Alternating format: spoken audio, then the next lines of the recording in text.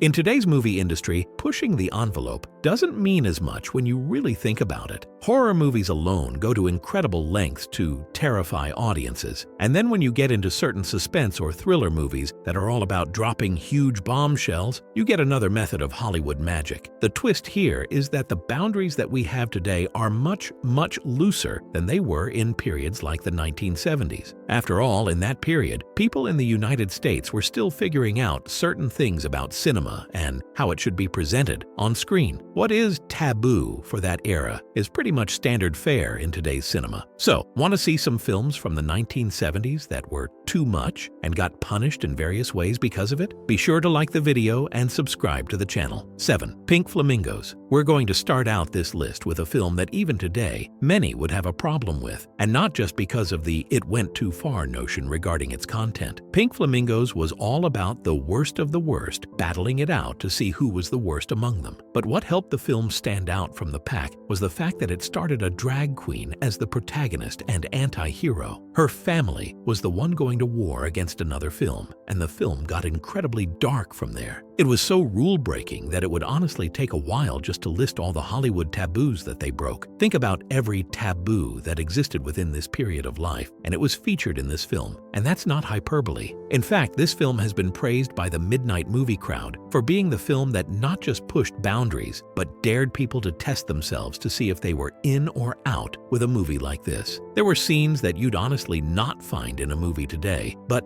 many praised that. And because of its guerrilla-style shooting, it felt like something that no one else was doing at that time. Granted, we're not saying that many of you should watch it, as it might turn your stomach, but it is something that was made with a lot of consideration, even if it was considering just how much farther they could push the filth and insanity they were doing. 6. Super Vixens. In today's world, the exploitation of women is often frowned upon, outside of very specific industries and circumstances. The reason for this is that throughout the history of Hollywood, women were seen as eye candy, and the acting was always secondary to most studio directors. Even the most incredible of acting talents weren't allowed on screen if they weren't drop-dead gorgeous to match it. And that doesn't even discuss how far the studio heads went to making sure their starlet stayed in that divine shape. However, as time went on, some films tried to poke fun at that kind of thing, and 1975's Super Vixens is one such film. The movie itself is an insane reference to exploitation films featuring women, and it almost revels in it by going so over the top. The plot is about a man who is framed for murder by a cop. Said cop is a woman, and one obsessed with sex, because of course she is. Fast forward a bit, and our hero is not only on the run, but continually runs into women that are incredibly voluptuous, have insane names, and all want to sleep with him, because of course they do. The film is meant to be a raw and downright hilarious take on these kinds of films, including when it comes to the deaths of certain characters. But that was the point. It wasn't supposed to be a serious film.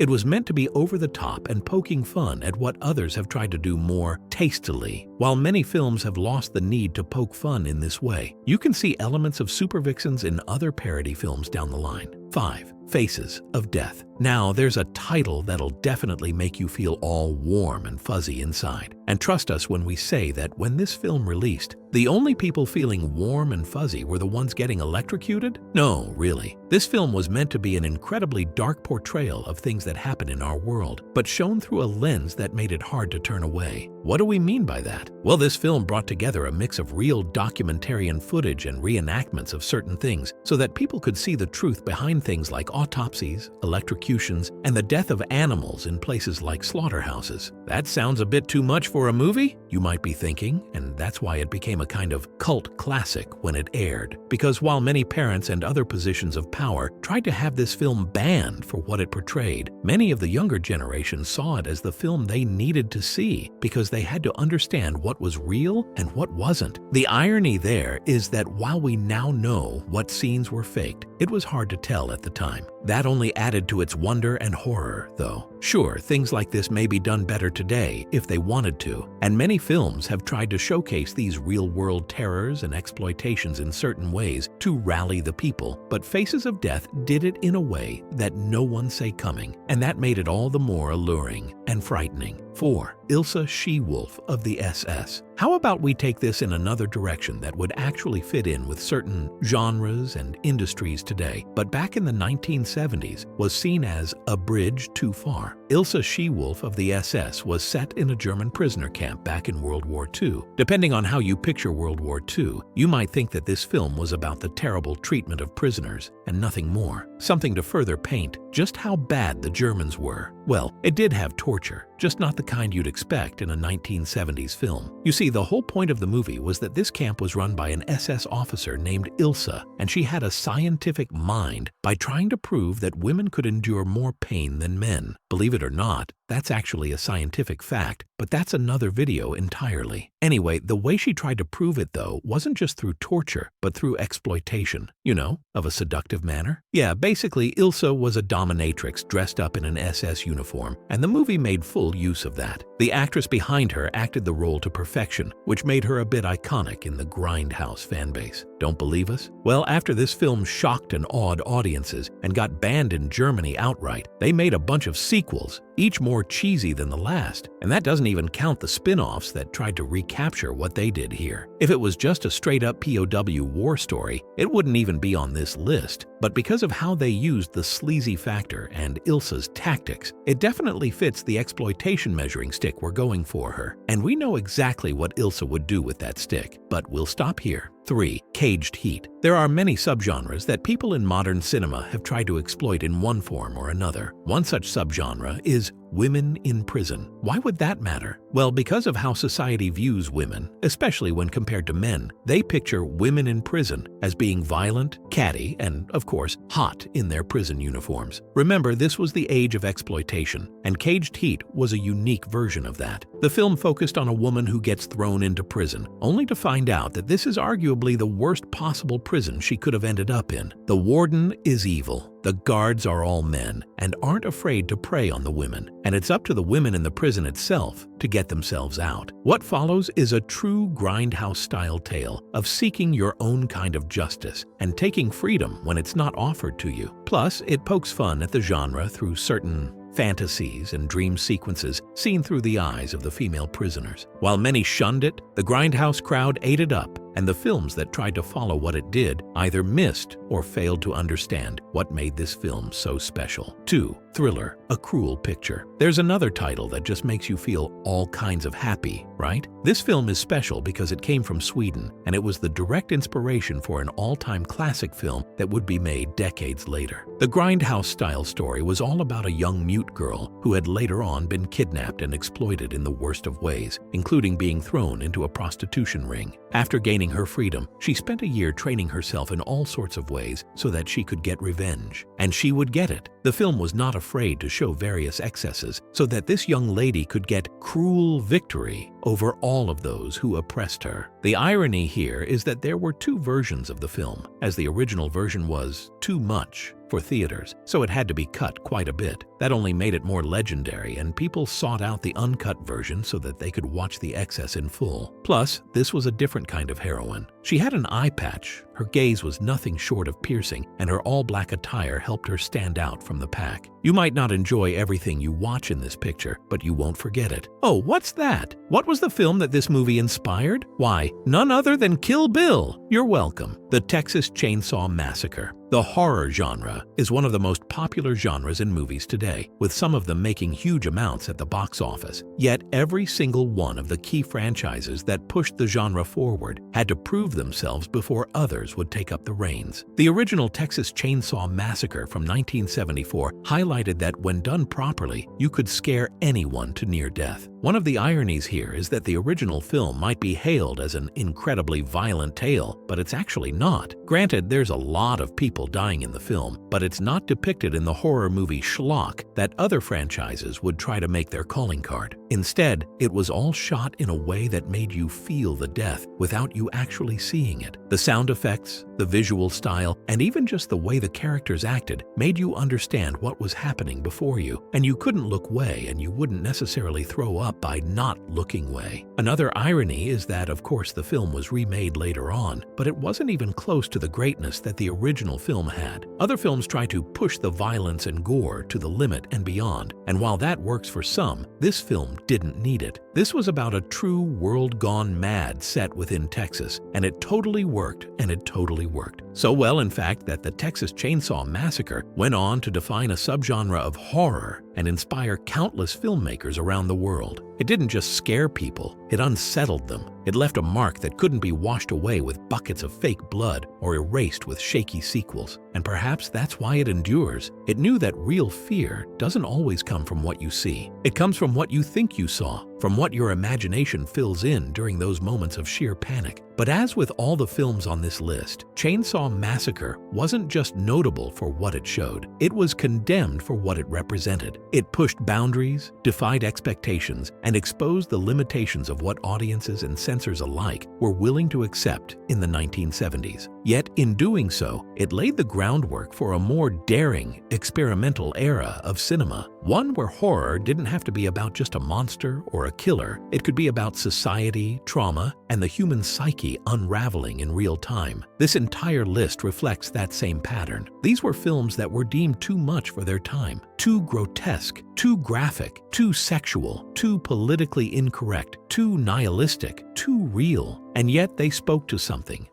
primal, something culturally repressed, something that audiences weren't supposed to talk about, but definitely wanted to see. Whether it was the underground depravity of Pink Flamingos, the shock documentary realism of Faces of Death, or the twisted revenge fantasy of Thriller, A Cruel Picture, these films scratched at uncomfortable truths in ways that mainstream Hollywood didn't dare. It's important to remember that the 1970s were a turning point in American cinema. The Hays Code, the old Hollywood moral censorship guidelines, had officially ended by the late 60s. But while the code was gone, the residue of conservative values still loomed over the industry. That left filmmakers in a unique position. They had freedom, but not full acceptance. And so, the 1970s became an experimental, raw, and sometimes lawless decade where filmmakers took the gloves off and sometimes got punched in the face for doing it. Films like these often didn't get massive theatrical releases or critical acclaim. Some were banned outright in multiple countries. Others were hacked to pieces by censors or dismissed as smut, garbage, or shock for shock's sake. But in hindsight, they were expressions of raw, unfiltered creativity. They reflected the fear, anger, desire, and chaos of a generation that was reeling from war, political scandal, and massive social change. Today, in an age of digital effects, streaming dominance, and ultra-polished studio projects, you might wonder, do films like this still exist? The answer is yes, but they live in different corners of the industry. Independent horror, underground cinema, even certain international releases carry that same spirit of rebellion, that same willingness to make the audience uncomfortable in order to get a point across. But there's a key difference now. Modern audiences, by and large, are harder to shock. We've seen so much on social media, on the news, and in entertainment that it takes something truly unique to make us squirm. Back in the 1970s, seeing a woman with an eye patch wielding a shotgun, Thriller, or witnessing a fictionalized electrocution, Faces of Death, was unimaginable. Today, people binge entire crime documentaries over a weekend. The bar for transgression has shifted dramatically. That doesn't mean these films have lost their impact. On the contrary, revisiting them now provides a fascinating lens through which to view not just cinematic history, but cultural history. These movies weren't just pushing buttons. They were revealing what the buttons were in the first place. What made people nervous? What was forbidden? What was titillating, terrifying, or taboo? In many ways, these